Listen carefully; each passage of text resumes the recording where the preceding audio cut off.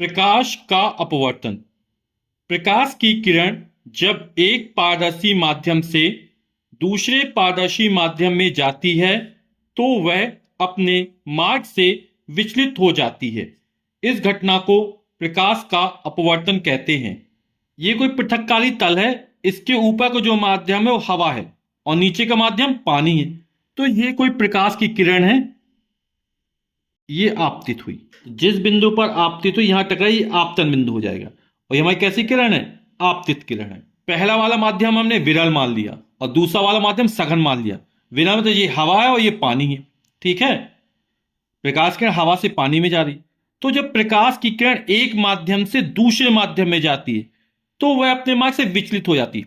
इसको सीधा जाना चाहिए, इसको ये इस तरह सीधा जाना चाहिए, लेकिन होता क्या है कि आपतन बिंदु पर अभिलंब खींचा, यानी इस पृष्ठ के साथ 90 अंश का कोण बनाता हुआ कोई रेखा खींची, तो ये अभिलंब कहलाएगा। तो पहला वाला माध्यम विरल है और दूसरा वाला माध्यम सघन है। तो होता क्या, ये अभिलंब की ओर झुक जाती है।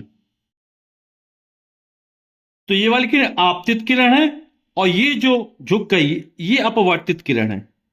तो आपतित किरण और अभिलंब के बीच ये जो कोण बन रहा है इसको बोलते हैं आपतन कोण। और ये अपवर्तित किरण और अभिलंब ये जो कोण बन रहा है इसको बोलते हैं अपवर्तन कोण। अपवर्तन कोण ये वाला है। ठीक, इसी तरह प्रकाश की किरण जब सघन माध्यम से विरल माध्यम में आएगी तो ये हमने मान लिया पानी है और हवा में जा रही है, तो ये कोई आपतित किरण है। ये आपतन बिंदु है, यहां पे हम अभिलंब खींच देते हैं। अभिलंब यानी इस पृष्ठ से बनने वाला कोण 90 अंश होगा ये। तो प्रकाश की किरण जब सघन माध्यम से विरल माध्यम में जाती है तो अभिलंब से दूर हट जाती है। इसको सीधा जाना चाहिए था, इस तरह आना चाहिए था जो लाल रंग दिखाया हमने, लेकिन इससे दूर हट जाएगी। तो प्रकाश किरण कुछ इस तरह जाएगी।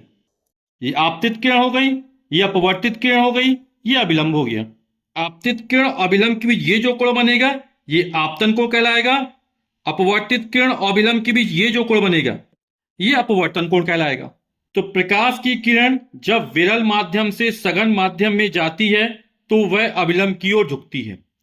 प्रकाश की किरण जब सघन माध्यम से विरल माध्यम में प्रवेश करती है तो वह अभिलंब से दूर हटती है। अपवर्तन के नियम।